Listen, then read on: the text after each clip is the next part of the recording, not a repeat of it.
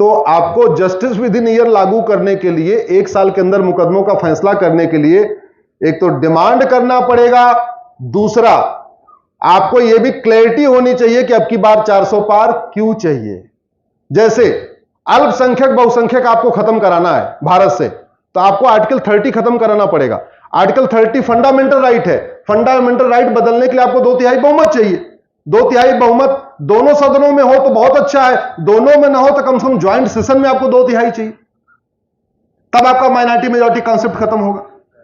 Conversion आपको बंद कराना है, कन्वर्जन को बंद कराने के लिए आर्टिकल 25 में थोड़ा सा आपको संशोधन कराना पड़ेगा। जो उसमें प्रोपोगेट वर्ड आ गया है उसको ठीक निकलवाना पड़ेगा।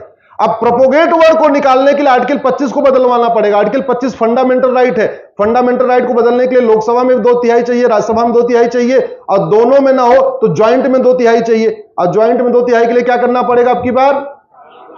विनय जी ने हमें मना किया इसलिए मैं बोल नहीं रहा हूं। आपने बहुत अच्छे से इस विषय को समझाया और आपने ये भी हमें स्पष्ट कर दिया कि जो परिवर्तन है वो 2 प्रकार के होते हैं। एक होता है राजनीतिक सत्ता परिवर्तन और एक होता है समाज आधारित परिवर्तन।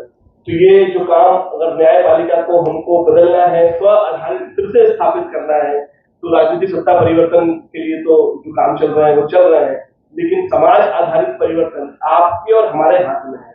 अगर हम इस बात को मान लेंगे, विश्वास कर लेंगे और इस पे अभियान पर लग जाएंगे कि हमें स्व आधारित न्याय की स्थापना करनी है, तो निश्चित ये होगा। अब मैं समय की हमारी एक मर्यादा है, समय समाप्ति की ओर जा रहा है हमारे सत्र का।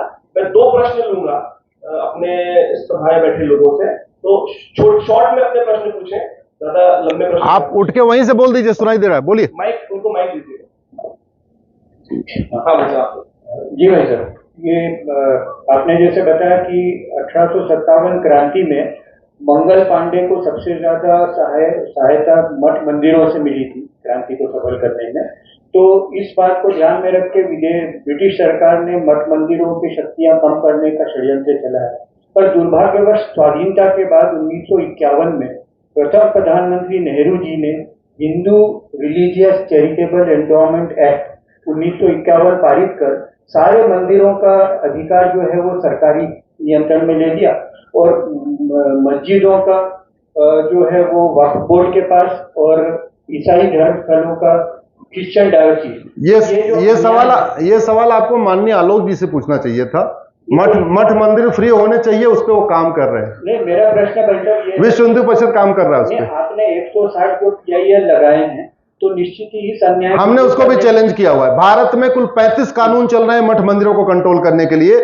मजार, दरगाह, मस्जिद, चर्च के लिए एक भी कानून नहीं चल रहा है।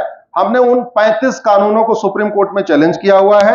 आशा करता हूं सुप्रीम कोर्ट खत्म करने से पहले हो सकता है सरकार उसको खत्म कर दे, ऐसा हमें पूरा भरोसा है। अगला प्रश्न शॉर्ट में प्रश्न पूछिए।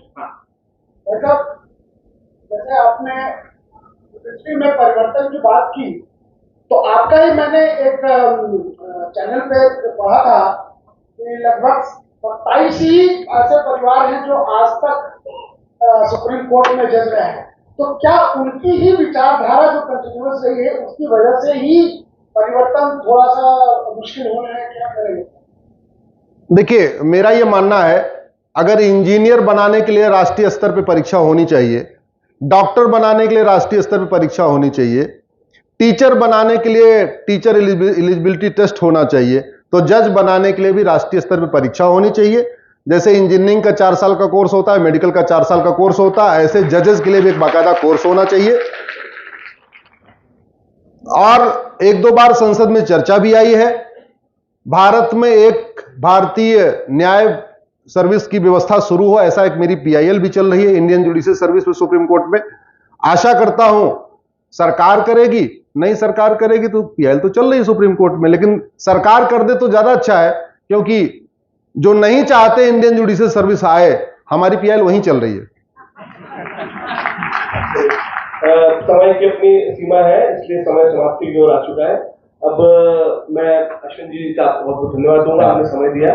इस सत्र को हम समाप्त करते हैं। आप सब लोगों का धन्यवाद।